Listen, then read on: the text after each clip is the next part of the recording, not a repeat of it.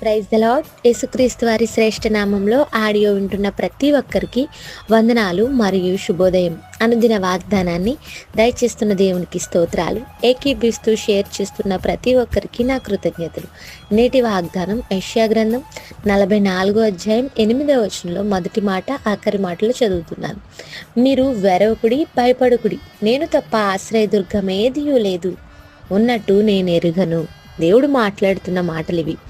మీరు వెరవద్దు, భయపడొద్దు. ఈ లోకయాత్రలో భయానకమైన పరిస్థితులు, భీతి కలిగించే పరిస్థితులు మనకు ఎదురవ్వచ్చు. అయితే నేను మీకు ఆశ్రయముగా ఉన్నంత వరకు మీరు ఎవ్వరికీ భయపడాల్సిన అవసరం లేదు.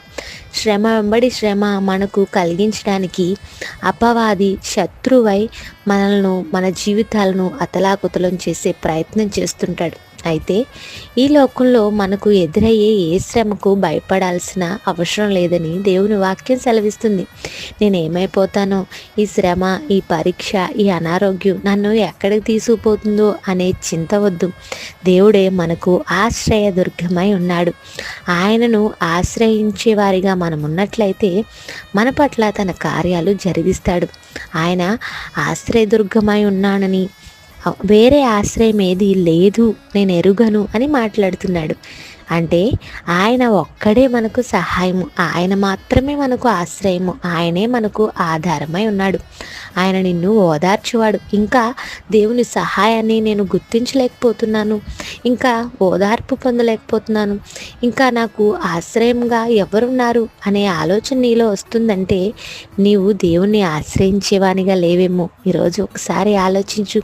ఇంకా ఎవరినైనా ఆశ్రయిస్తున్నావేమో. మనుషులు కావచ్చు, ధనము కావచ్చు, అధికారం కావచ్చు, దేన్ని ఆశ్రయించి ఇవాళ వాటి వైపు పరిగెడుతున్నావు. దేవుని వాక్యం సెలవిస్తుంది, దేవుణ్ణి గనుక ఆశ్రయదుర్గంగా చేసుకుంటే ఆయన్ను ఆశ్రయించు వారికి ఏ మేలు కొదువు చేయడని లేఖనం సెలవిస్తుంది.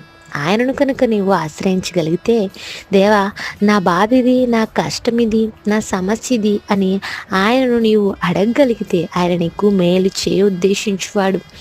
ఆయన మేలుతో నిన్ను తృప్తిపరచాలని ఇష్టపడుతున్నాడు.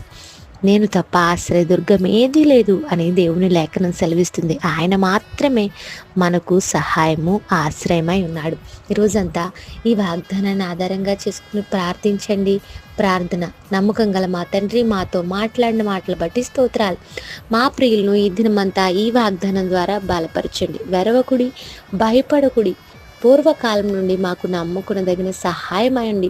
మాకు దేవుడివై ఉన్నామని నమ్ముచున్నాం. మాతో మాట్లాడిన ప్రతి మాట మమ్మల్ని ఆధ్యాత్మికంగా స్థిరపరిచేదిగా ఉంచుము. మాకు ఆశ్రయదుర్గమై ఉండుము. నీవే మాకు ఆధారమై ఉండమని అడుగుచు క్రీస్తు ప్రభు నామంలో అడుగుచున్నాను తండ్రి. Amen. Have a blessed day. Thank you all. God bless us.